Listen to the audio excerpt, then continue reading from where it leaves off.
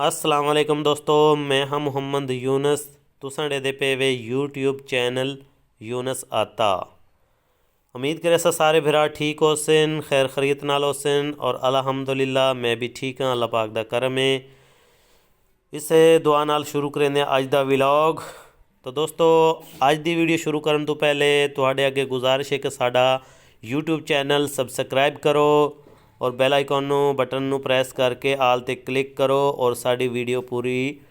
Complete watch कीता करो। ताऊ जी मखौल नहीं सिक रेंदे असा तेरा सच्ची जेड़ा ना विआह करेने आए 2 साल तो हो गया बाद खर्चे ने साल तो हो गए सरेकी बोलना एक मिनट रे ताए चंट्री को नहीं हो तो किदा पक्की सुनाई चलिए बात तेन पहले विखाम ना। हां मैं दिखा हां ठीक है पसंद हम सी तो वालदी कर से ना हां गड्डी तो लावे ने घंटे च तोड़ मुल्तान तू वैसे तू वैसे तो पर तो हट थोड़ा जा ताए देर लेवान के बैग अगर तू वैना इधर ले उत्ते पांच बे पर हां उधर वांज वांजी सही हड़िया जी दोस्तों असा साडे कोल अज जेड़ा ना मेरा ताया है पिया अब्बे दा मसेर कज़न। तो अज इन्हां दे नाल तुहानू गप शप सुनाने आ इन्हां दी। ताऊ आ किदों आंदा पे मैं साई आंदा पिया और किदे जावना हां अच्छा हां जी सही है। तो मुड़ शादी दा के प्रोग्राम है शादी दा प्रोग्राम तो है पर तू रखन दे कूड़ नहीं करेंदे कूड़ नहीं करेंदे इधर वेख ना मेरे वीवर वीवर की कला नु नहीं शादी तेरी करवेने आए तो हुण तू कहीं दफे से तो मोड़ी है ना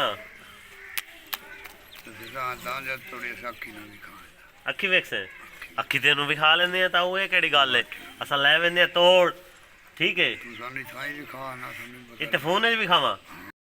फोन च तो तुहानू भी खा छोड़िए लेकिन तुसा तोड़ वंज के वेखो ना तू सानी छाई भी खा ना सानू पता लगे ना इत्थे भी खावा चलो मुड़ उसदा मैं जरा व्हाट्सएप ते फोटो मंगवा लेना ठीक है। मुड़ तैयार ते है ना शादी करन ते नहीं दे दास ना ओ हां तेन आख्या तू लिखे पक्की गल है ना सही है ठीक है वीवर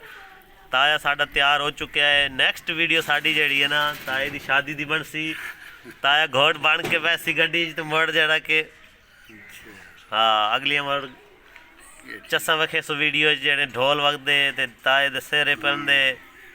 हैं इवें नहीं मड्डी कोंज के सिर लेके वंजन वाली नहीं ये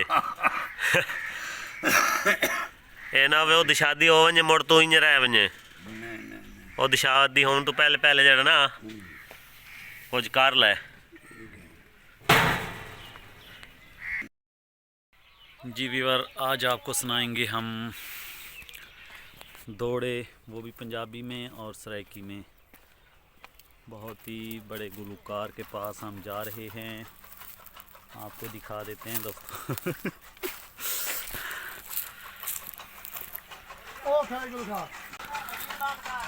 जी इसका नाम वीवर मोहरी है। वो देख लीजिए सामने जो काली ब्लैक